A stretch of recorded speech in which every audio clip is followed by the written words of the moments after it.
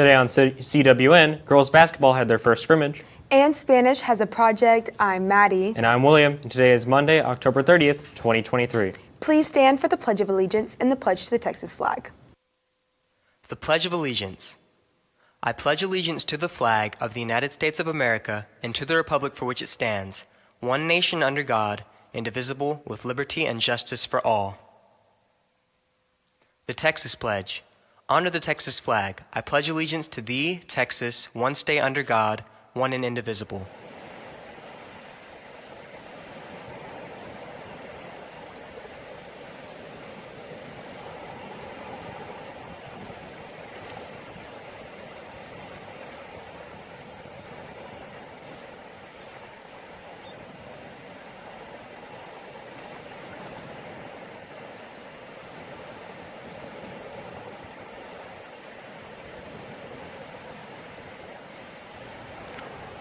Spanish is a project. Chris caught up with Colby to see how the project is going. Let's check it out. Good morning, Cats. Today I'm here with Colby Elsner. Colby, can you tell me more about the project you're doing in Spanish class? In Spanish, we're working on a project for Dia de los Muertos, which is Day of the Dead, which the Spanish community who celebrate it is just to celebrate their loved ones that have already passed on. Can you tell me more about how the project works? We're just coloring a lot of things, and then we cut it out, and then we make a mural like that one. When we choose someone who we want to represent or someone that we like, and we just put them on there. That's really good to hear. That's all from us. Thank you, and back to the studio. Mrs. John's class is always up to something interesting. They recently started a new lab. Let's see what it is about. Good morning, Wildcats. I'm here with Ms. Jones. So, Ms. Jones, I heard y'all are doing a lab today. Can you tell me more about that? Sure. Like in my AP class right now, we're learning about how to separate different types of substances is one of the things we have to learn for that class. And so today we're doing one type called chromatography. So what they're doing, they're taking different food dyes, different colors, they're putting them on a piece of chromatography paper, and then they're putting them into two different types of solutions. One's polar and one's nonpolar.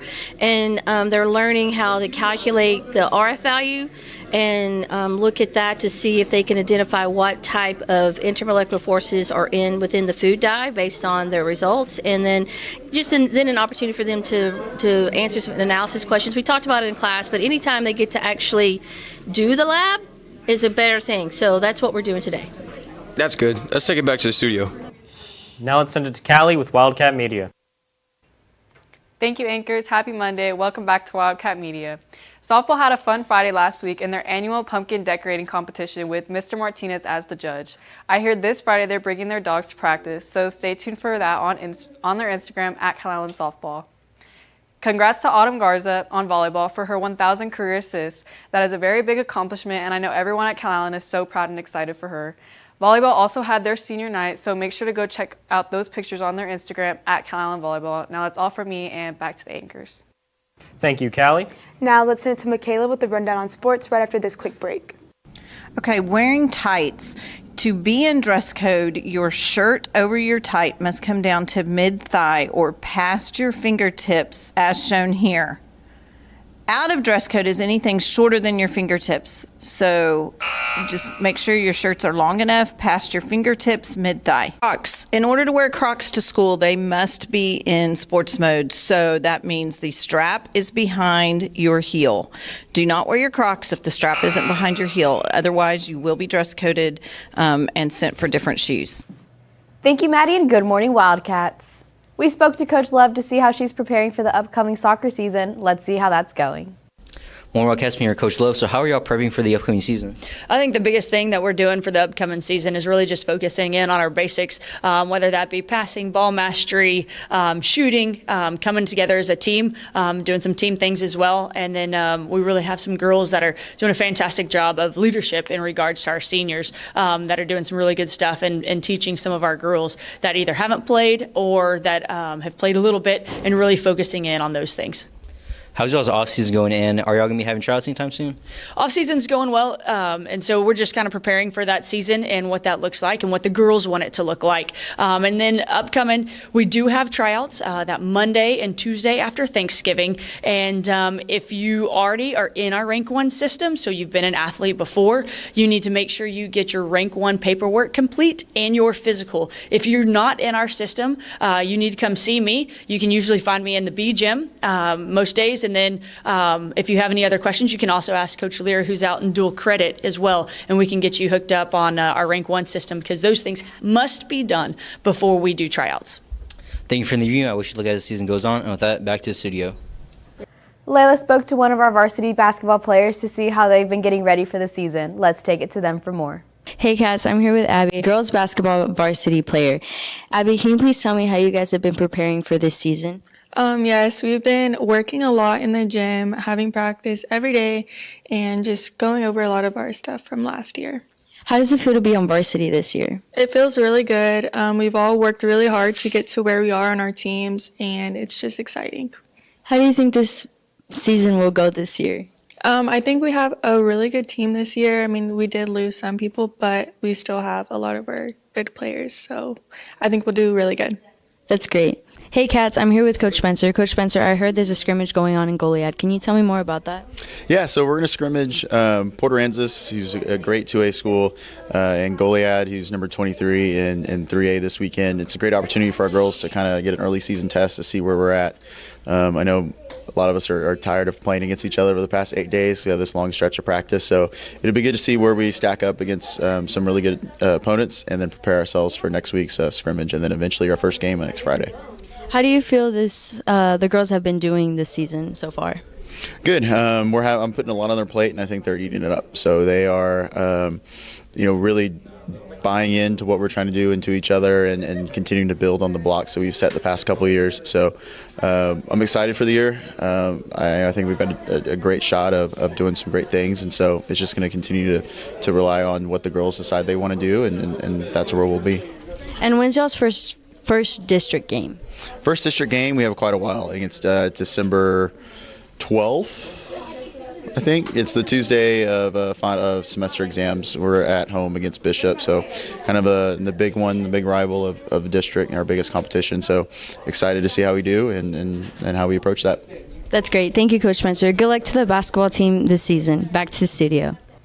Girls basketball also had their first scrimmage. We spoke to Coach Spencer to see how it went.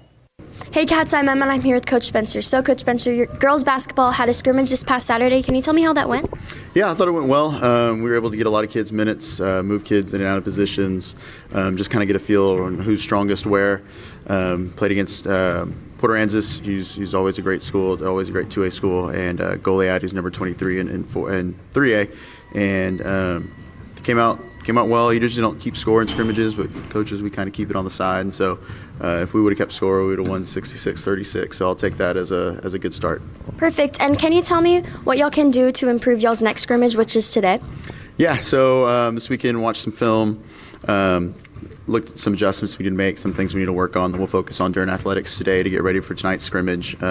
We scrimmage tonight here against Victoria West, so bigger opponent. We'll JV1, JV2 going in at 5 o'clock and varsity at 6. So if anybody's bored and it's cold and the basketball weather and want to come hang out and get a glimpse of what we're doing this year, come on down. It's free. Perfect. Well, good luck and back to the studio. We caught up with Coach Pettis to see her thoughts on tonight's playoff game. Let's take it to her for more. I'm here with Coach Pettis, a volleyball coach. So y'all have a game tonight for playoffs. Can you tell me a little bit more about that? We do. We actually have our first round of playoffs, so it's by district. We'll be traveling to Jubilee Brownsville, and we play at 5:30 p.m. That's good to hear. Now that's all from us. Now back to the studio. Swim recently had a meet. We spoke to Coach Lawrence to tell us how that went. Morning, Wildcats. I'm here, Coach Lawrence. So you had a swim meet last Friday. How'd it go? Went real well. Our kids competed very well.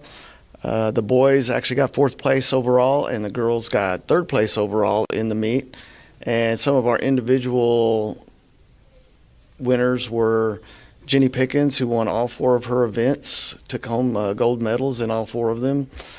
Our girls 200 relay with the team of Kaylee Larson, Jenny Pickens, Jasmine Trevino and Naomi Lowe won first place, and they also won third place in the medley relay.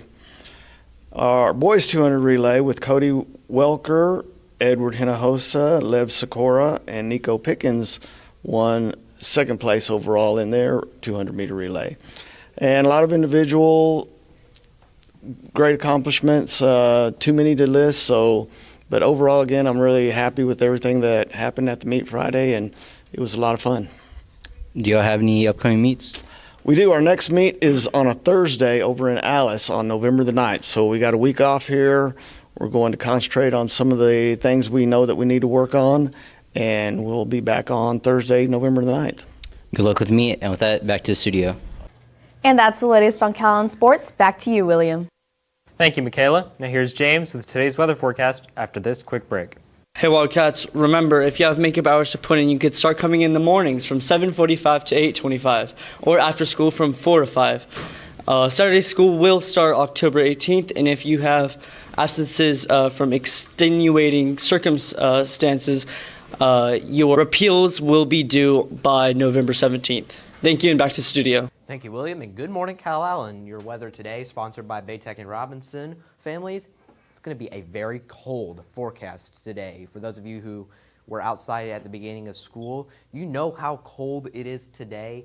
Currently, temperatures only 48 degrees compared to yesterday at this time where temperatures were in the mid to upper 80s.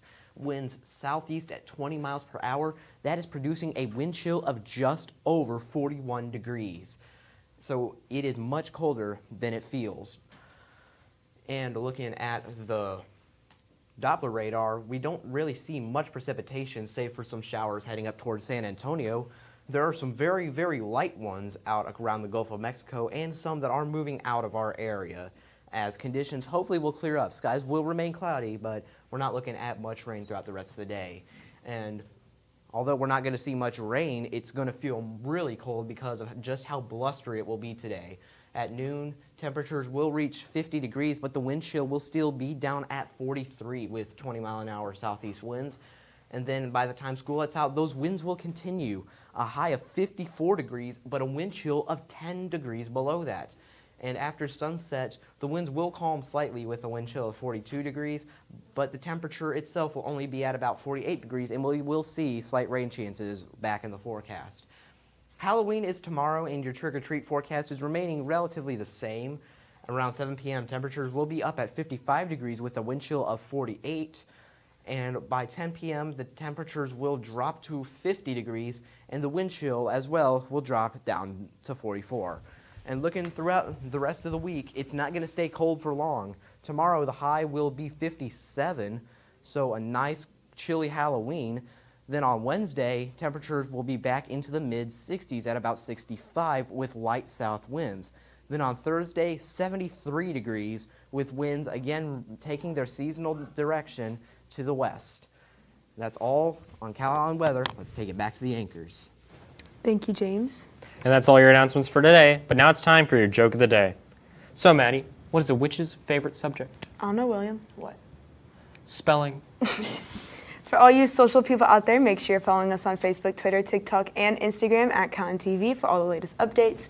Also, subscribe to us here on YouTube to catch all of our latest videos. And as always, stay classy, Calallen.